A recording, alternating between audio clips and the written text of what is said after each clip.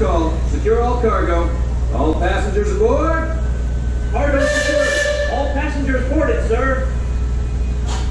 All hands stand by. Engine room, reverse 1/4. Bowman, cast off bow line. Aye, aye, sir. Bow line away. Engine room, ahead 1/4. Sound last bell. Leadsman, sound off. Give me a depth reading by the mark. By the mark.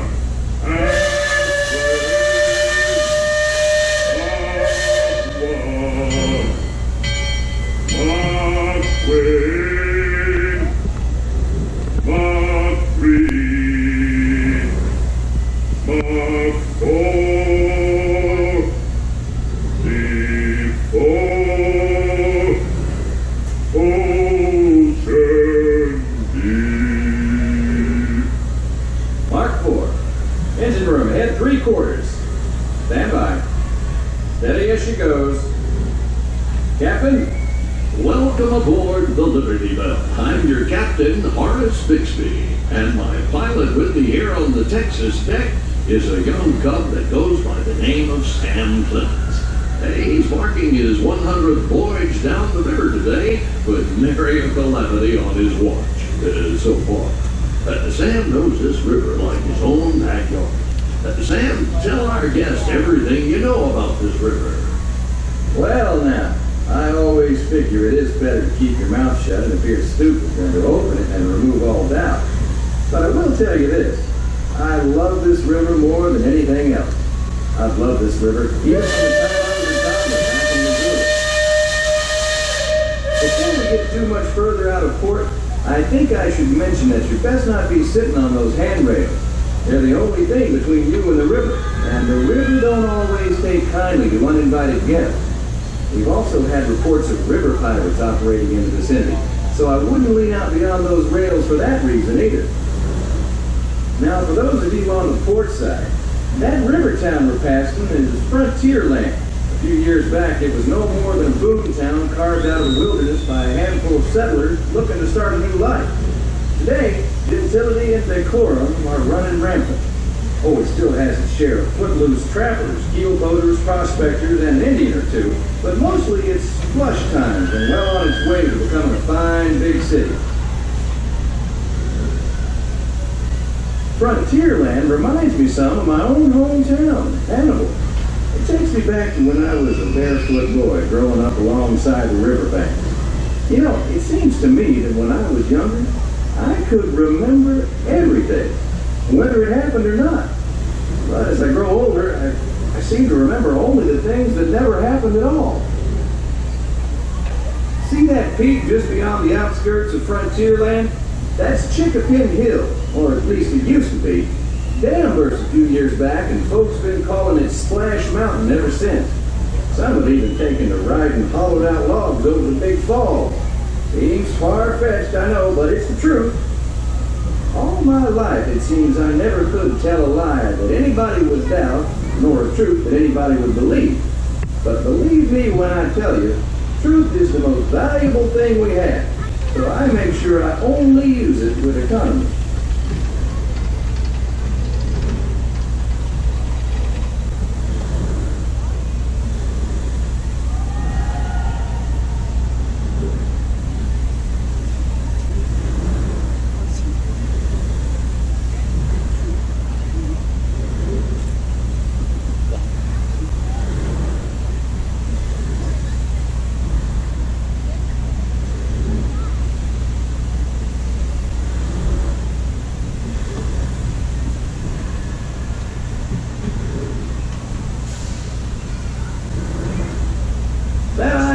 Across the way on the starboard side was my stomping grounds when I was young. Exceedingly young. Marvelously young. Young by hundreds of years. Younger than I will ever be again. It's called Tom Sawyer's Island and is named for a friend from my boyhood. Even today, the only way you can get there is by raft. Old man Harper's grain mill's there, back in the woods just off Tom's Landing. And that's Muck Potter's pond and his windmill.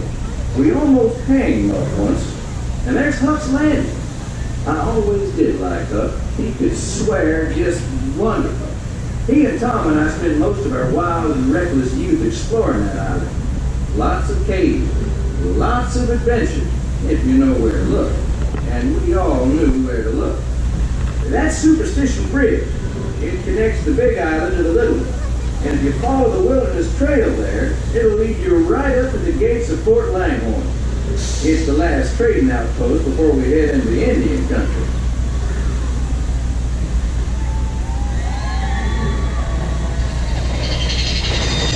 Look off to the port side there. Every now and then, the water under that crest of rock comes to a natural boil and spurts out all over the place like a tea kettle left on the fire too long. The Indians around here used to tell me these geysers were actually unfriendly spirits, upset by uninvited trespassers traipsing all over their sacred hunting ground. Be that as it may, that's Big Thunder Mountain poking up in the sky over there. The Indians named it that because of the sound the falls used to make when the big rains came. Then the miners and prospectors and get-rich-quick speculators showed up, and the name stuck because of the sound of blasting powder going off every few minutes. There's not so much blasting these days, just ghost stories about a runaway mine train loaded down with simple-hearted, terror-filled folks like you.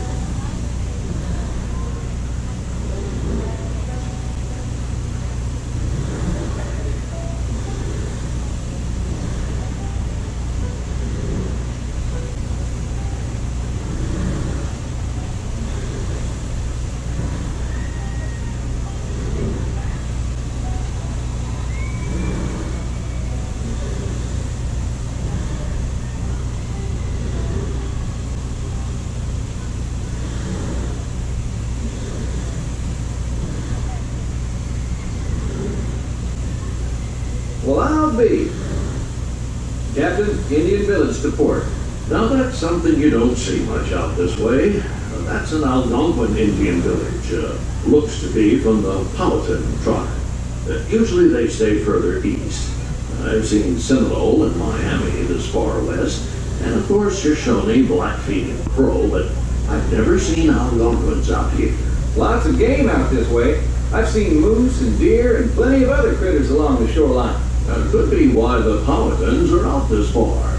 Just following the food trail.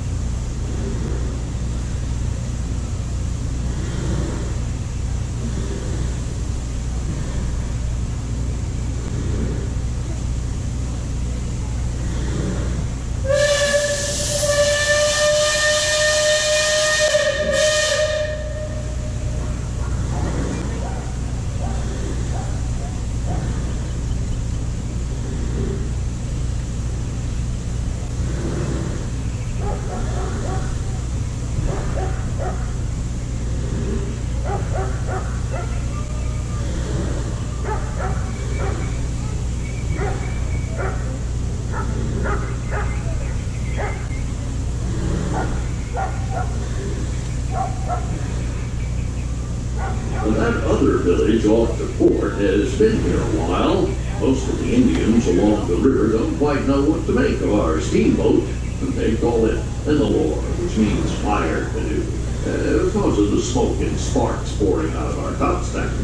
The first time we passed this way, they thought it was the return of one of their heavenly messengers. They said our riverboat was a comet of the sun.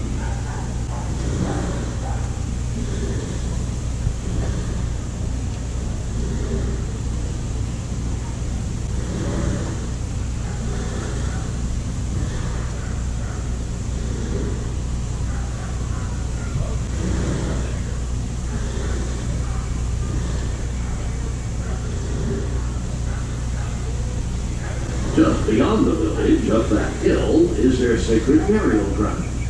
Those who fall in battle are placed atop the traditional bed of death. After nightfall, they'll return to mourn the great warriors who brought honor to the tribe.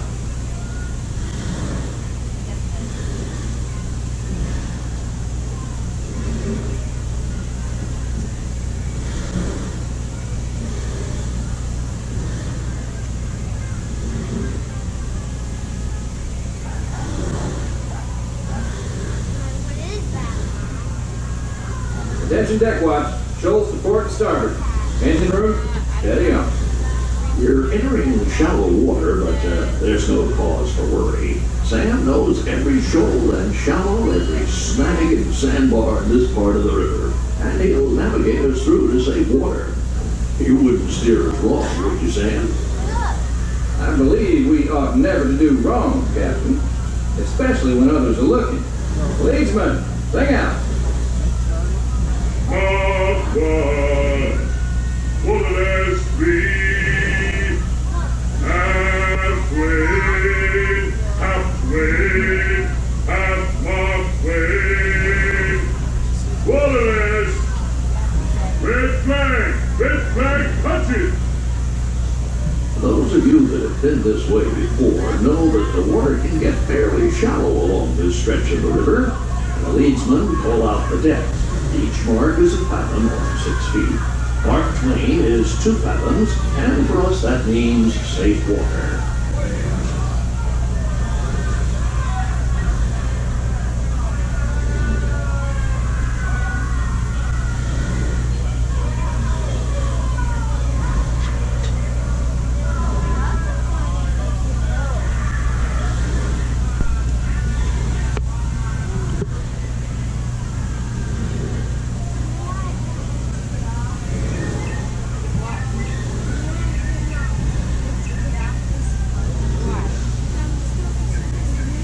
Captain, we're passing Cutthroat Corner.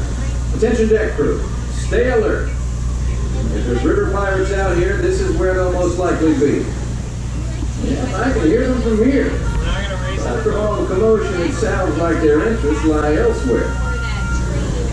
If you folks on deck look past the trees on the island, that's Fort Langhorne. Most of these old forts started out as trading posts. Then as settlers started heading west, the army came in and took them over. My feeling is, these days, there's a lot less frontier and a lot more civilization than is truly necessary. Leadsman, give me a depth reading. Sing out. By the mark, halfway, mark 1, mark 3, no bottom, safe water, mark 3, safe passage. So wait, get out of the house and go right.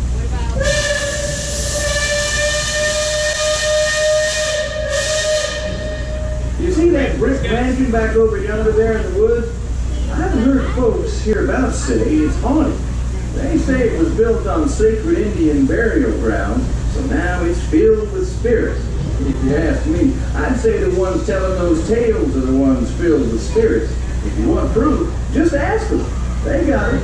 About 100 proof, I reckon. And whatever you do, don't strike any matches if they aim to breathe in your direction, or you won't just be seeing ghosts. you'll be joining.